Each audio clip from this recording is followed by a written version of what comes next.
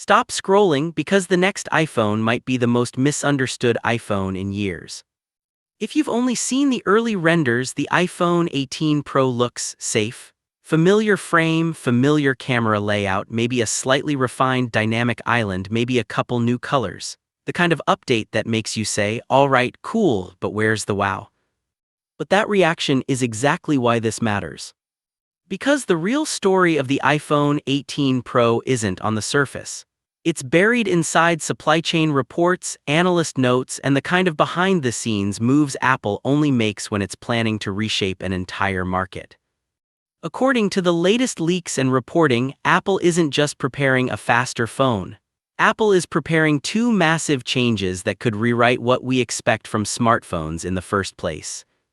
One of these changes targets the single biggest frustration we've all had for over a decade: coverage, real coverage, not hope you have bars coverage.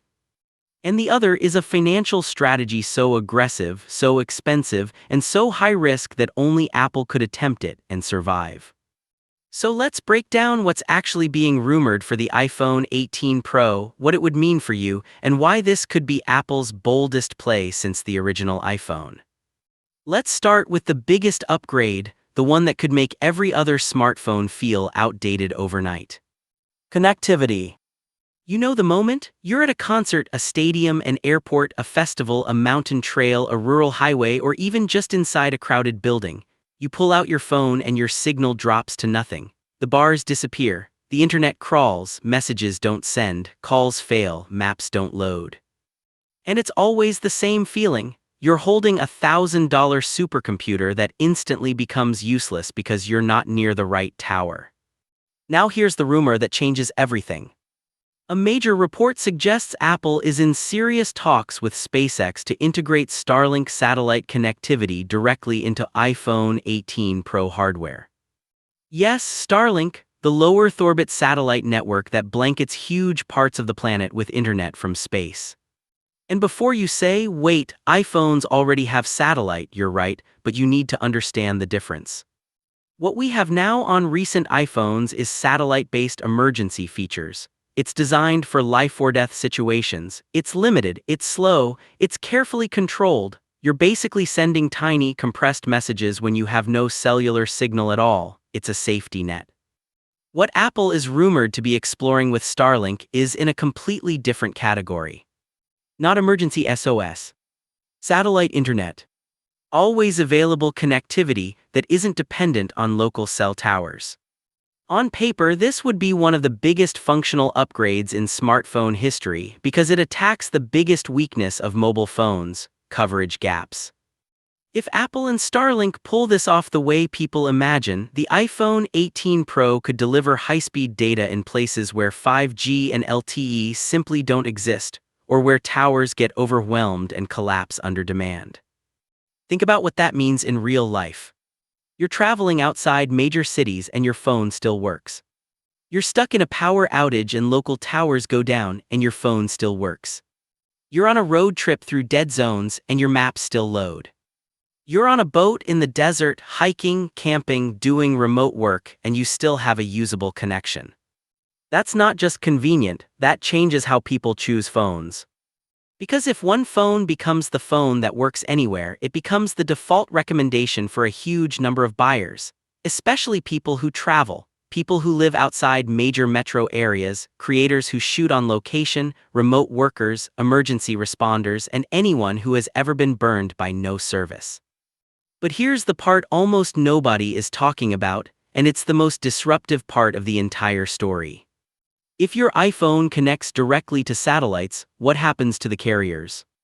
Think about it: Verizon, T-Mobile, every carrier business model is built around one assumption: you need their towers to use your phone. Apple adding true Starlink-style connectivity would challenge that assumption at the core. Now, to be clear, no one is saying carriers disappear overnight. There are regulations, contracts, spectrum realities, performance differences, and coverage nuances. Cellular is still essential for dense urban areas, indoor performance, and massive local capacity. But even partial satellite internet integration changes the power balance. Because the moment Apple can offer coverage that doesn't break as a feature, Apple becomes more than a phone company. Apple becomes part of the network. And if Apple becomes part of the network, Apple gains leverage it has never had before in negotiations, partnerships, and pricing. This is why the iPhone 18 Pro connectivity rumor is such a big deal. It's not just a feature, it's a strategic move that could pressure the entire telecom industry. And if it works well enough, if it's fast enough, reliable enough, and simple enough, it could become the most important iPhone advantage of the next decade. Now here's the catch. This kind of connectivity isn't free. Which leads directly to the second massive rumor, one that explains why Apple's iPhone 18 Pro strategy could be the most dangerous financial gamble in smartphone history. The iPhone 18 Pro is expected to debut the A20 Pro chip, built on TSMC's extremely expensive 2nm process.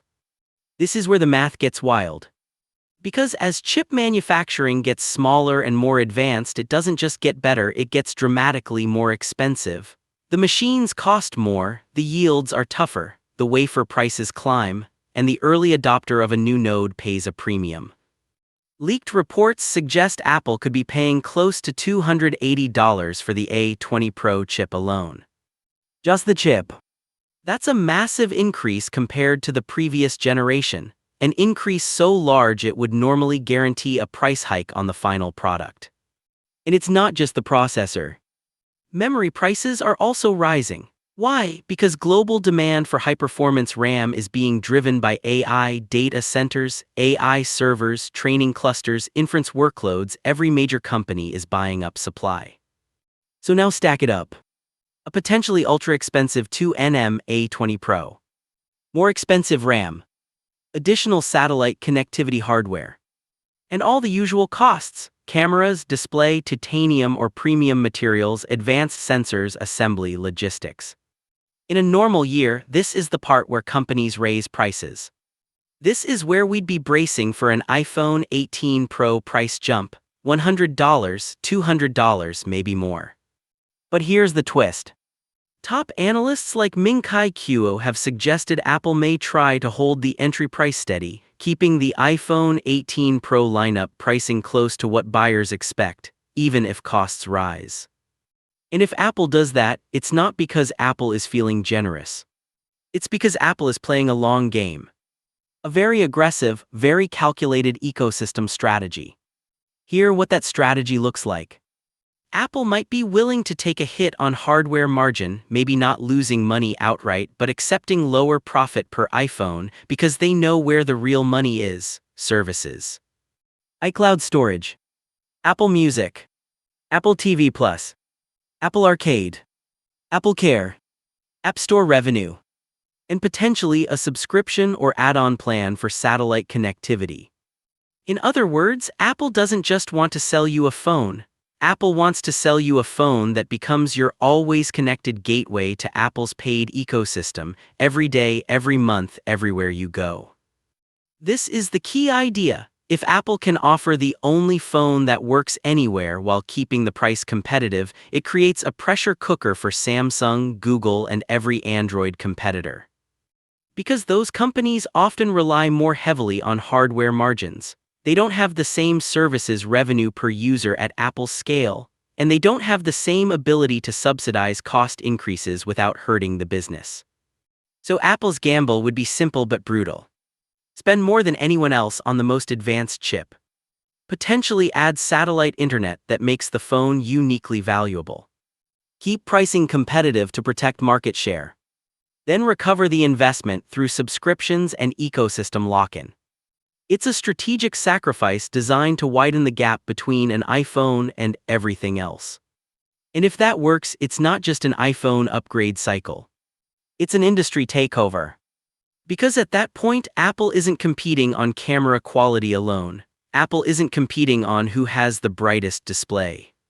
Apple is competing on something more fundamental: whether your phone works when you actually need it. Now let's bring this back to what you, as a buyer, should be asking. If iPhone 18 Pro really does integrate Starlink-style satellite connectivity, what does that mean for cost? Do you get limited data for free? Do you get a trial period? Does Apple bundle it into Apple One? Do carriers fight it? Do regulators slow it down? Is it only for certain regions? Is it only for emergencies at first, then expands later? Because nothing about this is simple. But even the direction of this rumor tells us something important. Apple is treating connectivity as the next iPhone battleground. And pairing that with a 2nm A20 Pro chip suggests Apple wants the iPhone 18 Pro to be a future-proof device.